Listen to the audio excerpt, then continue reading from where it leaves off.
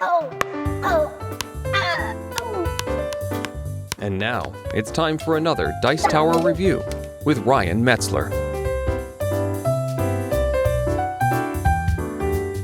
Hey everyone, it's Ryan Metzler here again, and today we're going to take a look at a game that was provided to me for review by the BoardGameExchange.com, where you can rent and try games before you buy them.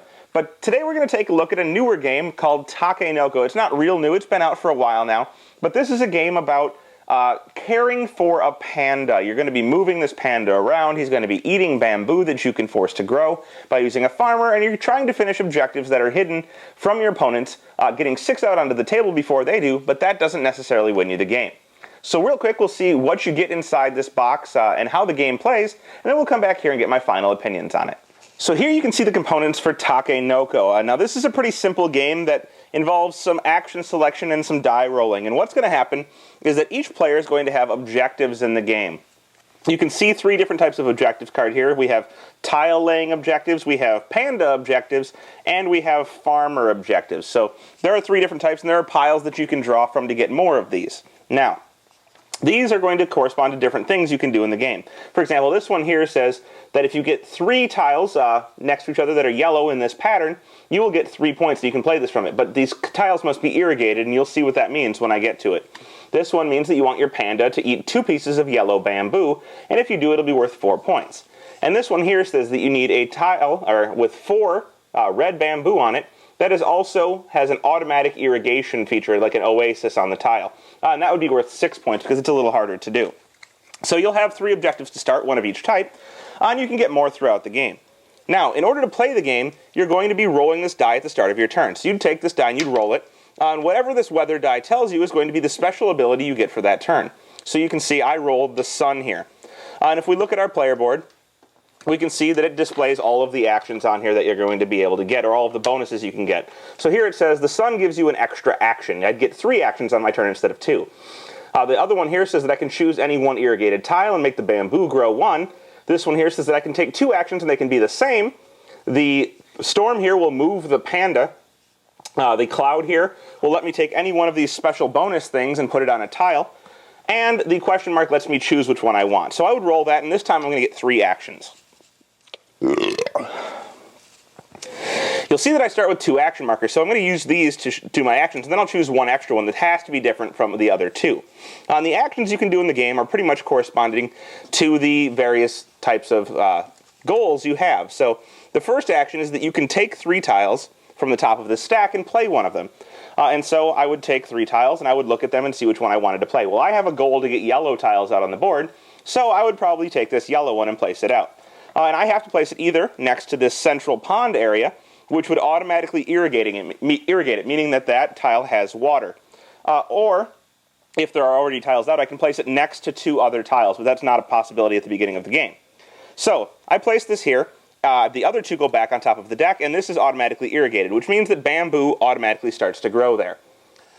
The other options are to irrigate something. Well, I wouldn't want to irrigate this because it's already irrigated, but let's say that we'd built this out a little bit, and we have this tile out here. Now, this tile is not directly next to some water, and so it's not irrigated. So what I can do is I could take an action to take one of these irrigation sticks and run it from some water towards other tiles that aren't irrigated. Now, this still does not irrigate that tile. It has to start from the central pond, but in order for a tile to be irrigated, some water needs to run along the edge. So on a future turn, I'd have to take another action to run this along either this way or this way, and now this tile would be irrigated as well. And as soon as the tile becomes irrigated for the first time, this one was irrigated when it was played, as soon as it becomes irrigated for the first time, it starts to grow its bamboo. The third type of action you can take is to move the farmer, and he can move as far as you want in a straight line. And wherever he ends, as long as that tile is irrigated, is going to grow its bamboo. So he ends here, it grows this bamboo, and all directly adjacent tiles of the same color that are also irrigated will also grow. So this tile also grows. And you can see this is a way to get multiple types of bamboo growing, because maybe you have a card that needs green bamboo on a specific type of tile. The next type of action is to move the panda, and the panda can move any direction as far as he wants in a straight line, and wherever he stops, he's going to eat the top piece of bamboo. So he could take this bamboo, and if he did, he would put it on his panda sheet there, showing that he had consumed it. Now, I don't really need green bamboo, I need yellow, but I probably would have moved him over here instead. This piece would be over there, and I would have collected this piece of bamboo. The last action type you can take is going to be to take a new goal. And so you could pick up one of these goal cards from here. You can choose either farmer or the tiles or the panda, dependent on what you think you can have. So if you've eaten a lot of bamboo, maybe you want to take a new panda one. But if you've got a lot of tiles placed out in this, a big map, maybe you can draw a tiled thing that's already done. So you're going to take your 2 actions.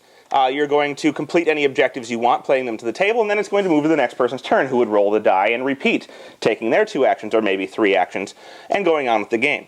Important things to note is that you can never have these bamboo higher than 4, so once they've reached 4, that's the end of it. In addition, you can complete goals just by drawing them and already having them done. I mentioned at one point that you can get some special bonus tokens for taking one of the die actions, or whatever your die roll is. It can give you a bonus token, and there are 3 types. This type of token you can place on any tile, and it will automatically irrigate that tile, and so you can grow bamboo even though you're not running water to it.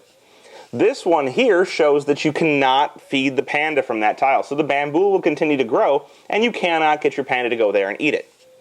This one here is a farmer token, and when you place this on a tile and then move the farmer there, the bamboo will grow twice on that tile when the farmer is around. Now, there are some tiles that have these inherently on them, so some of these tiles will have this property to start with, but you can add them to a tile as long as it doesn't have any bamboo and doesn't already have one of these properties. The game is going to go until 1 player manages to complete a certain number of objectives. Now, with 4 players, this is 7, but with 3 players, it's 8, and with 2, it's 9. So once they've completed their objectives, everyone else will get 1 more turn in order to try and compete and end the game, or at least get as many points as they want. At that point, you're going to add up all of the points that you have. So this player has 5, 10, 13, 17, 22, 25, 28. And since they finished first, they're also going to get the Emperor card, which gives them 2 more. So they now have, 30.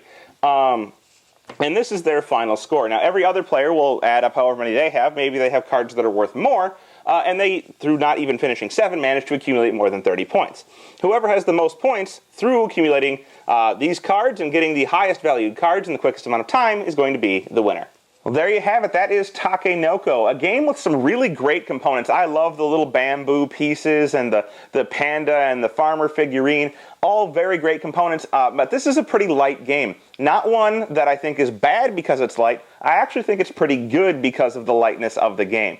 It's going to be accessible to a lot of different types of players, but even from lower players who maybe aren't going to get as much strategy out of the game to more experienced players who can probably find a level of strategy that they wouldn't expect from a game that looks and plays like this. The die is obviously going to instill some randomness into the game, as is the tile draw from the top of that deck, and I'm not really sure why you draw 3 from the top and put 2 back on the top. I think you'd put them on the bottom, but maybe that's just a rules quirk that I don't understand. Overall, I think that the hidden goals is an interesting thing, putting together the patterns on the board of the different tiles, and just knowing what you're trying to do without your opponent having an idea of what you're going for. Now, there's another aspect of luck in the card draw for the goals once you've completed goals or once you decide to add more to your hand. You're definitely going to have some luck there, especially if you can try and draw a tile for something that's already finished on the board. You're going to, accelerate the game quite a bit if you get lucky there. So there is that aspect. If you're looking for something without luck, definitely avoid this. But if you're looking for something light that is accessible to both heavy gamers and lighter gamers, check out Takenoko. To try this game and over 800 others before you buy them, visit BoardGameExchange.com. Thanks for watching our review today. For more information about board games, as well as the #1 board game audio podcast, check out Dicetower.com for reviews, interviews, and more. I'm Eric Summerer, and you've been watching The Dice Tower.